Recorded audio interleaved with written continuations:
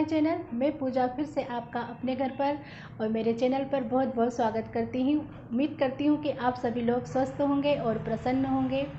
कल वाले ब्लॉग पर जो आपने इतने प्यारे प्यारे कमेंट करे थे, तो प्लीज़ इसी तरह से अपना सपोर्ट बनाए रखें और कमेंट करके मुझे बताते रहे कि मैं कैसा काम कर रही हूँ।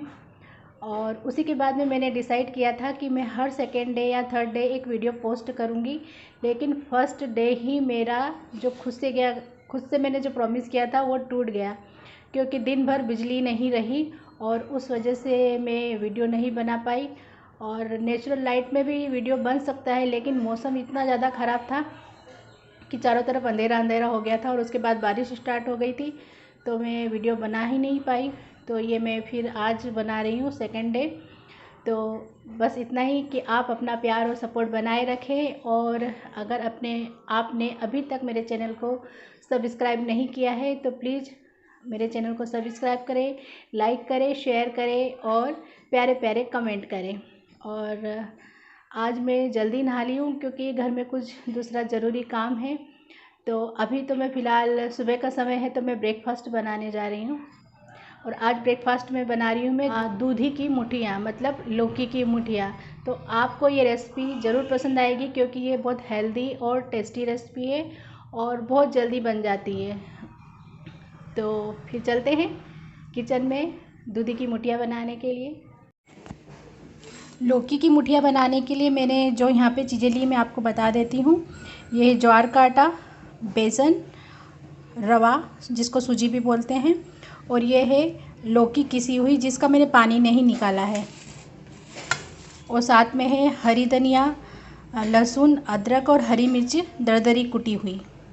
तो ये सारी चीज़ें मिक्स करना है। और इसके अलावा एक और चीज़ें मैं आपको बताती हूँ।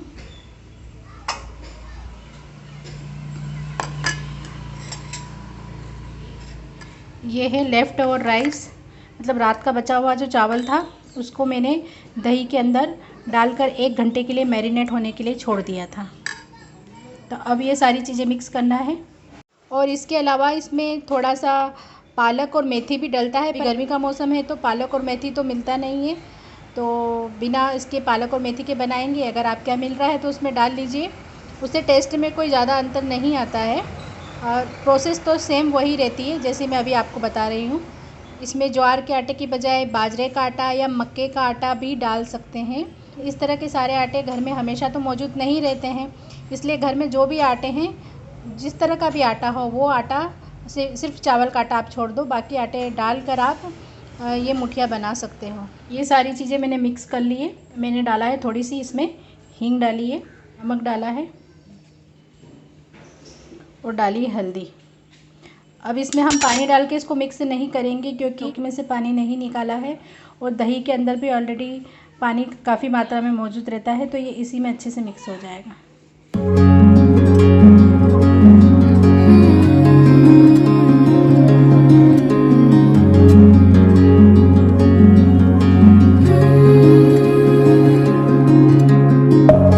Deep within, here we go, but somehow I'm caught in the middle. Is this the end before we've even begun? तो ये मैंने मुठियाँ इतनी मोटी और लगभग 3 बनाई है और इनको स्टीम होने के लिए रखना है।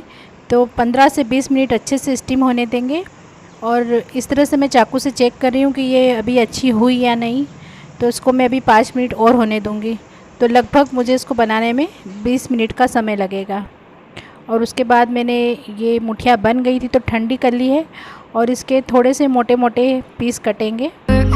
Against the flow, a drop in the ocean so endless, reaching for our moments miles above. I just need one, diving in to all this end. तो मुठियाँ काटने के बाद में इसको शैलो फ्राई करना है। तो मैंने कढ़ाई में थोड़ा सा तेल लिया है और उसमें डाले हैं राई के दाने, और जब ये चटक गए तो उसमें डाला है मैंने थोड़ा सा मीठा नीम।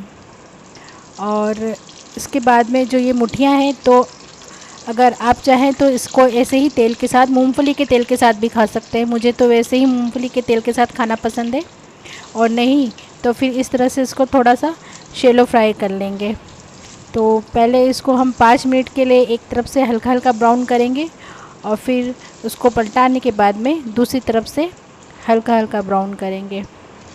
और ये जो लौकी की मुठियाँ हैं ये एक गुजराती रेसिपी है, तो इसे आप एक बार ज़रूर ट्राई करना। और इसको मैंने पलटा दिया है और दूसरी तरफ से ब्राउन होने दे रही हूँ। और इस समय मैंने इसमें थोड़ा सा तिल डाला है। तिल मैंने स्टार्टिंग में इसलिए नहीं डाला क्योंकि तिल फिर बाद में बहुत ज़्यादा ब्राउन हो जाता है, जला जला सा लगता है। तो तिल थोड़ी देर बाद में ही डालें जब भी आप इसको बनाएं। तो ये मेरी मुठियाँ बन के रेडी हो गई है। तो एक बार आप इस रेसिपी को ज़रूर ट्राई करें, ये बहुत ज़्यादा टेस्टी और हेल्दी रहती है।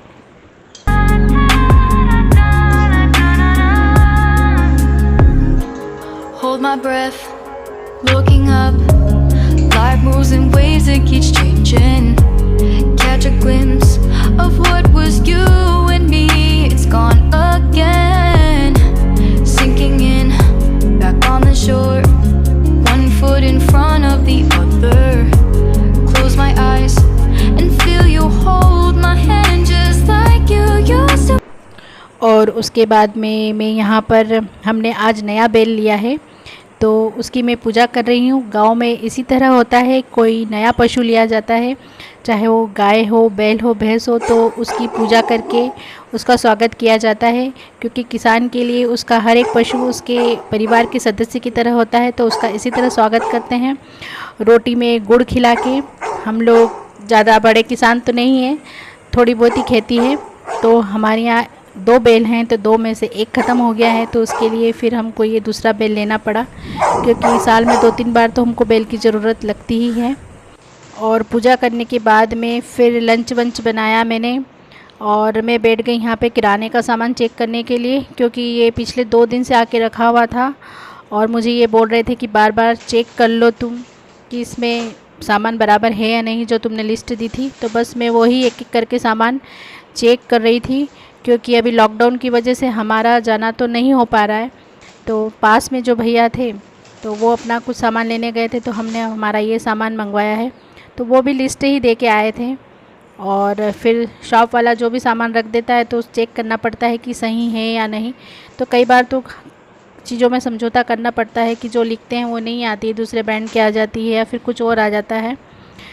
तो बस फिर वही चेक कर रही थी। और गांव में इसी तरह से चलता है, कोई एक इंसान जाता है तो सभी उसको अपना थोड़ा बहुत काम बता देते हैं कि भाई हमारा भी ये काम निपटा देना। तो हमने भी हमारा सामान इसी तरह से मंगवाया था। तो जी मैंने सामान निकाल के रख दिया है और अब मैं इसे सैनिटाइज़ करूँगी पूरे सामान को।